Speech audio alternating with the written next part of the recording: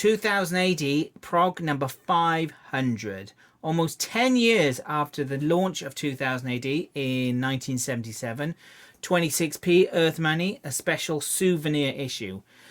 December the 13th, 1986. Now, this is the first time that 2000 AD has a separate cover.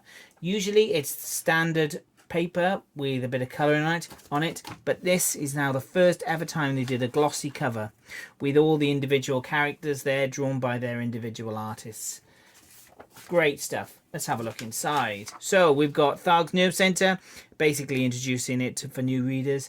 And we have the first thrill, which is Slaine the King. In my opinion, the best Slaine art there is. This is Glenn February at his brilliance. He's so good. I mean, Simon Bisley has got a lot of praise for later on when he's Horn God, but Slaine the King, I think, is absolutely gorgeous. Look at that face here. That is so cool. They've had their nose chopped off. It's all great stuff. I mean, I did like Mike Collins's previous art in Slaine, but this stuff is just amazing. Look at that dragon there. That is absolutely gorgeous. Brilliant. And then we've got an advert for Titan Annuals and DR and Quinch. Alan Moore's funniest creation in 2000 AD? I think so. I've always been a big fan of DR and Quinch. This is not scripted by Alan Moore. This would be scripted by Jamie Delano. Or maybe it was just the editor who wrote that dialogue. Next thrill. In my opinion, also, one of 2000 AD's finest stories. This is up there with Halo Jones and America and all the great stuff. Bad Company by Pete Milligan, Brett Irwins and Jim McCarthy is a dark and weird future war story. It was initially based on a project by Wagner and Grant, who were going to do a future war story for a failed spin-off comic of 2000 AD. Pete Milligan took it and made it himself. I think the artist in the previous connotation of Bad Company was Carlos Esquerra. Very different art here. Dark, mad, war zombies there. All about a big future war with Kano, who keeps his brain in a box, and Tommy, who is a new recruit. Absolutely brilliant. And when I started reading 2000 AD in the 80s, it was Bad Company that dragged me into it. It's absolutely gorgeous. Look at that shot there. We're in Bad Company. Brilliant stuff. Next Prog, Slaine, and a weird advert there for Dungeons and Dragons. And we have the Dredd story in probably the weakest story in 500. Even with brilliant Brendan McCarthy art. This colour page, I mean, it's all one colour, isn't it? It's not the best use of colour. But, I mean, Brendan McCarthy's art is just gorgeous. I love the use of Electrotone, the dark, sinister. This is a creepy story. But, yeah, the weakest story in this issue, because next we've got Nemesis the Warlock, Book 6. By Brian Talbot, and of course script by Pat Mills. I mean, I think, again, the best art in Nemesis the Warlock is Brian Talbot's. It can't be denied. I think his art is just absolutely gorgeous. Torquemada dialogue here, and then we've got more adverts. And now we've got Tharg's Head Revisited, the most controversial strip of this prog, and maybe all progs. Tharg's Head Revisited is where Pat Mills got a free hand to just write whatever he wanted about 2000 AD, and he holds no bars. It's some great stuff. You've got some great artists here. You've got Dave Gibbons art. You've also got Alan Moore writing his own page with Ian Gibson art. This is the final ever content that Alan Moore does for 2000 AD. And you've got a page here by Mike Mahone. More about that in a minute. We've got Cam Kennedy and also Kevin O'Neill with some... these pages are rammed with jokes and stuff.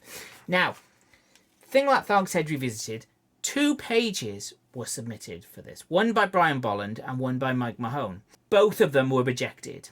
This is the page that Brian Bolland drew for Tharg's Head Revisited that was rejected.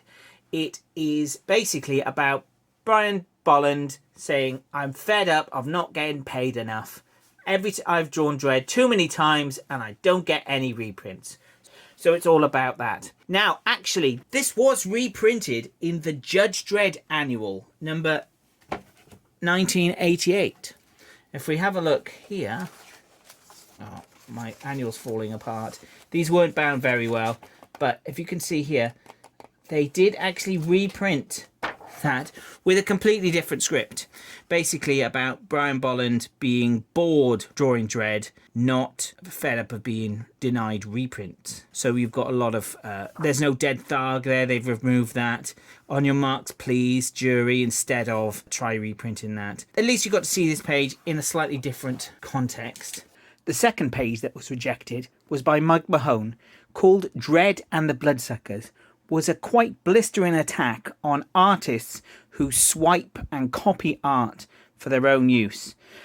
The particular target of this was Brett Ewins, who swiped the cover of Prog 61, Judge Dredd Brings Law to the Cursed Earth, by Mike Mahone, and used it for a computer game cover, Judgment Day, from Games Workshop. Ewins got a lot of money for this cover, and Mahone didn't get anything. So his page is basically attacking Brett Ewins. Even so far as getting Dredd thinking, I don't want to dirty my foot on stamping on these bloodsuckers. Mike Mahone and Pat Mills both have interesting things to say about these pages. These are quotes from ThrillPower Overload. The two most bitter were Mike Mahone and Brian Bolland. His page on plagiarism was extremely accurate, but could probably not be talked about or even shown to this day. Well, I just showed it and talked about it. Anyway, Mike's story was amazing, bitter, heartfelt and hard-hitting. Brian Bolland's was also very valid about merchandising of Dredd that didn't reward the creators. There were copies of Dredd turning up in umpteen foreign language editions and no one was getting a penny for them. To me, that is morally bankrupt and unacceptable. Brian felt the same way. Saunders, that's John Saunders, the 2000 AD's publisher, spotted my subversive collection at the last minute. He rang me up one morning and burnt my ear before pulling those 2 pages. Steve, that's Steve McManus, the editor of 2000 AD, and Prog 500 would be his last Prog, was nearly sacked over it.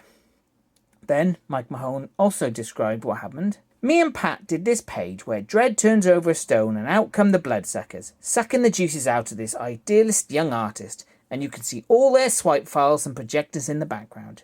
And the final panel, the real problem for the editor, Steve McManus, showed Brat Bloodsucker of the B Team boasting about how he made a killing by tracing one of my 2000 AD covers and selling it to a games company.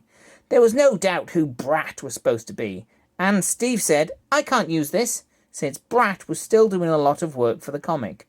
I wasn't really surprised when he threw it out. I suppose I'd have done the same thing. At least I've let them know how I feel about it. That was the best issue of 2000 AD ever. My opinion. If you've got a different opinion, comment on it below. Thanks for watching, guys, and I'll see you next time.